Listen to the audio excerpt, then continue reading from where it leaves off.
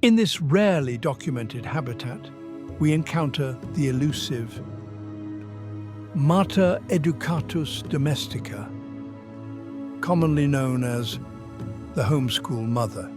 This remarkable creature is known for her resilience, her caffeine consumption, and her ability to teach algebra, phonics, life skills, and conflict resolution.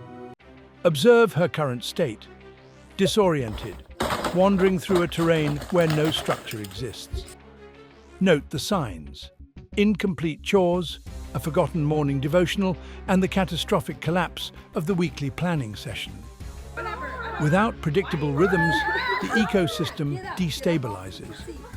Productivity dwindles, and the mother's sanity becomes a fragile, endangered species. That's a super funny video that can happen when we don't have any structure in our homes as homeschool parents. But when the right structures are put in place, simple rhythms that we build together, then everything changes.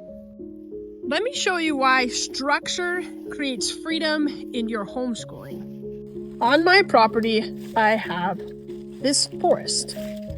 These trees have never been harvested in the last 100 years.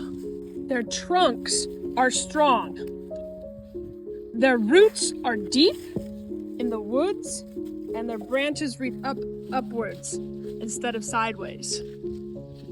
This structure right here, this beautiful tree, is what creates the freedom for us to roam,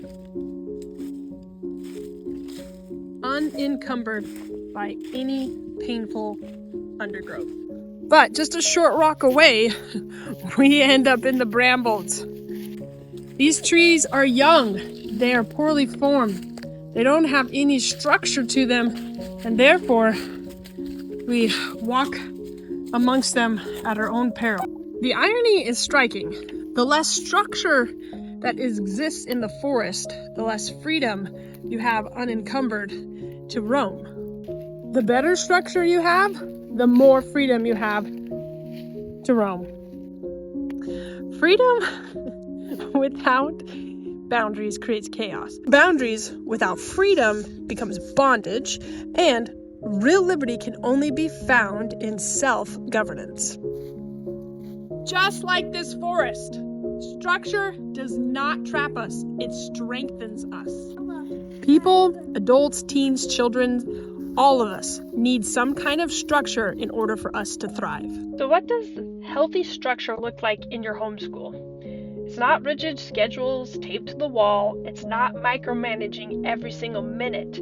It's simple, intentional rhythms that give children both clarity and choice. For example, in our home, we hold a weekly planning session with the older kids. We sit down together, look at the coming week, and fill out and help them decide what they want to accomplish. They choose books and projects and goals, but within a clear framework. They get a choice, but they also accept accountability. The structure doesn't take away their freedom, it teaches them how to use it. Another simple structure is dedicated chores. Each child has a task that belongs to them. It's not random, not constantly shifting, just as one area where they take responsibility and contribute to the home. And every morning, we begin with the family devotional. We gather in the same room at the same time to center our hearts before we start the day. Structure can also look like a predictable morning routine, learning hours where kids choose what they study but not whether they study, a weekly family cleaning hour where everyone works together, a quiet time in the afternoon when everyone reads, rests, or works on personal projects.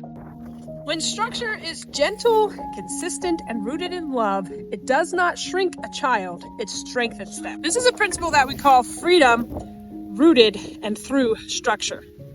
Build structure with love, and you build freedom with purpose. Freedom isn't the absence of limits, it's the mastery of self within wise limits. This is kind of the paradox of growth and the promise of leadership education. Build structure with love, and you build freedom with purpose. Where structure is wisely built, students grow confident, smart, and creative. But in the absence of structure, anxiety and chaos reign, and we don't get the outcomes that we want. And structure's too rigid, we lose the drive and independence that humans need to thrive once they leave the home. Finding that perfect balance is important, and it's rooted in principles all around us that as we find and develop and put into our homeschool, we can start creating the structure like these trees behind me that create the freedom we want.